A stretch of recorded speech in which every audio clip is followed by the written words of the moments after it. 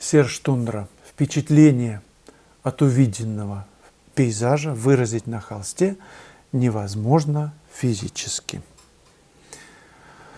Потому что невозможно руками повторить природу, получается лишь отобразить некоторые нюансы виденного, не более. Ну так впечатление отобразить невозможно, вы говорите, физически. Ну, как же так? Вот давайте посмотрим на пейзажи, на работы, я не знаю, Сезанна, например. Есть книжка, где вы можете увидеть те мотивы, фотографии мотивов, которые он писал. Он писал впечатление. На этом построен весь импрессионизм, с моей точки зрения. Он построен на том, что не надо слепо повторять природу, а написать впечатление, свое ощущение от увиденного. Вот этот момент, когда ты не повторяешь тупо, не срисовываешь то, что ты видишь, а пишешь впечатление, развязывает руки, делает тебя свободным, потому что ты можешь, поддавшись своим ощущениям, впечатлениям, имея базу, рисунок, композиция, тон, цвет, предложить миру свое видение. Как же невозможно? Очень даже возможно написать впечатление. В этом и есть смысл импрессионизма, на мой взгляд. Есть прекрасные художники, которых я очень уважаю. Смотрю их работы и не могу смотреть, потому что я вижу, что скопировано состояние природы, цвет зелени, прямо вот такой, как есть, дорожки и так далее, все собрано в тоне изумительно, но скопировано. Я не могу это смотреть, это неинтересно. А те художники, которые предлагают свое решение, ты видишь, что это решение, это как мультик. Там герои нарисованы, но ты в этом мире можешь жить. Ты можешь жить в мире балета. Неестественно ходить на цыпочках вот так вот, даме, и крутить всякие вертушки и прыгать. Чего она прыгает? Как говорил Райкин, прицепи ты к ней динамо-машину, она же фуэте крутит, она же может ток давать. Музыка хорошо. Что это, как не впечатление от увиденного, я не знаю, от отношения к миру? С чего это вообще? Вдруг человек начал нажимать какие-то ноты, струны делать, потом клавиши присобачивать. И вдруг бым-бым, что-то зазвучало. С чего? И все толпами приходят в консерваторию и слушают. Вот это мама-мама-мама. Кашляют только все время. Почему кашляют? Аллергия, видимо. Может быть, мы говорим с вами, Серж Тундра, об одном и том же, но я просто читаю вашу фразу. Впечатление от увиденного пейзажа выразить на холсте невозможно физически. Я против этого. Я считаю, что возможно, и только этим и нужно заниматься. Здесь мы с вами расходимся. Друзья, как вы думаете, напишите. Это очень важно, чтобы вы оставляли комментарии.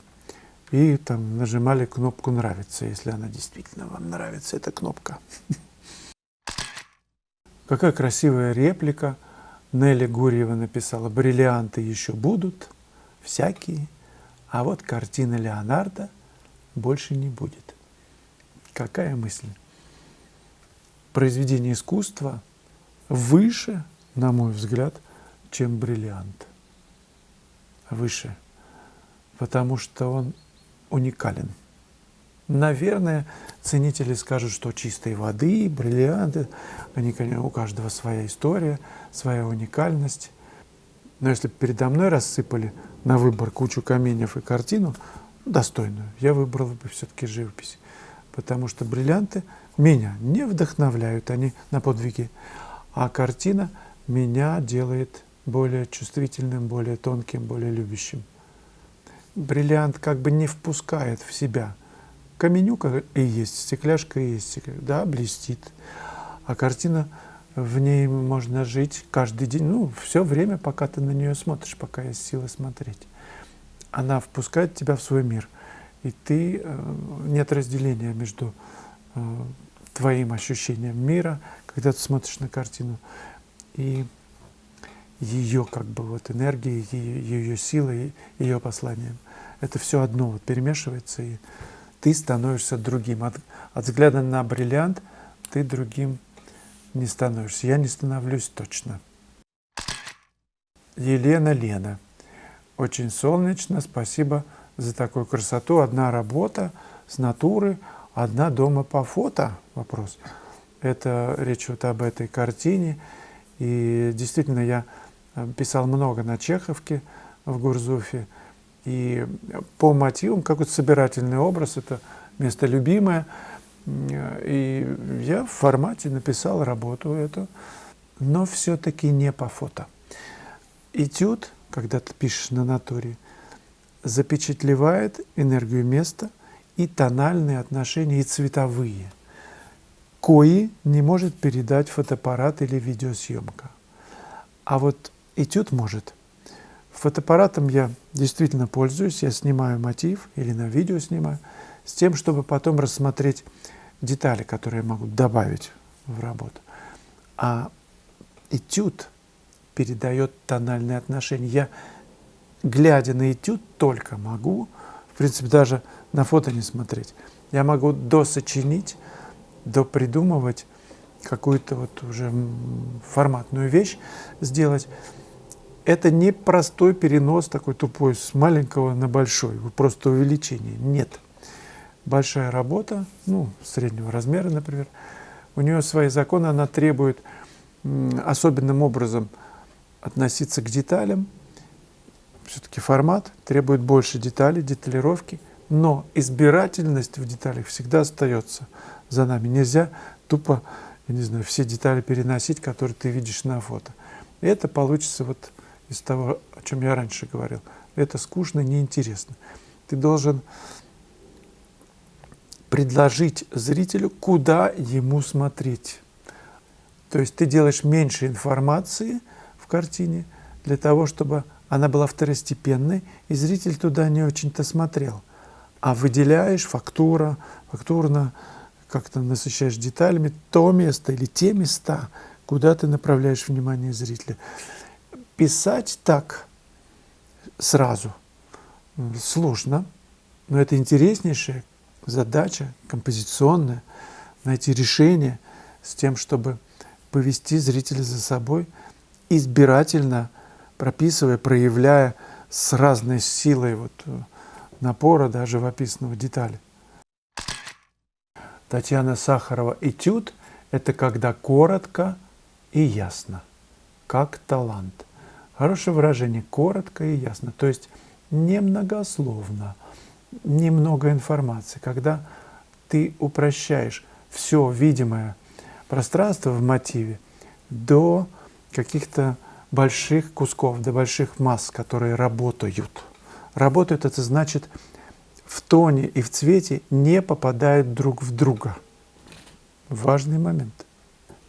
1000 раз можно об этом говорить, и вы будете 1000 раз слушать, и не каждый сможет это вспомнить, когда будет писать, чтобы тональные отношения были разные, чтобы цвет не попадал, из облаков куда-нибудь там в листву или в воду, потому что это разные стихии. Воздух и вода разные. Значит, это разные тюбики краски, разный тон, разный цвет. Этому мы, конечно, уделяем большое внимание на мастер-классах, которые я провожу. И в видеоуроках тоже это есть. Вот посмотрите, пожалуйста, вот этот анонс, и, может быть, он поможет справиться с этой сложной задачей. Тон, цвет, композиция. Заходите в мою онлайн-школу. Удачи в живописи. Весна в Гурзуфе. 32-й урок в моей онлайн-школе. Этюд на состояние. Малый формат. Серьезная тренировка на расфокусированное видение. Зачем вообще это нужно? Для того, чтобы не увязать в деталях. Для того, чтобы не пересчитывать листочки или какие-то другие объекты. для того, чтобы живопись была целостной. Для этого мы берем небольшой формат, 15 на 20, например. Можно даже меньше, 13 на 18. И учимся, замечая тонкие нюансы в природе, класть их на холст, класть их или на картон. Причем можно мастихином или большой кисточкой. Размер кисти или мастихина тоже дисциплинирует. Он дает возможность мыслить широко, широкими массами. И тогда мы находим точное сочетание между ними. И этюд начинает работать, звучать. Еще обратите в этом уроке на разные касания инструмента. Это могут быть легкие, или сильные, или средние. В зависимости от касания и количества краски на инструменте, кисть или мастихин, зависит эффект. Урок очень важный, посмотрите его и не гонитесь за большими форматами. Их можно сочетать, и большой, средний, и обязательно маленький. Такие этюды писать быстро, но ценность их может быть выше, чем у большой работы. 32-й урок «Весна в Гурзуфе». Малый формат.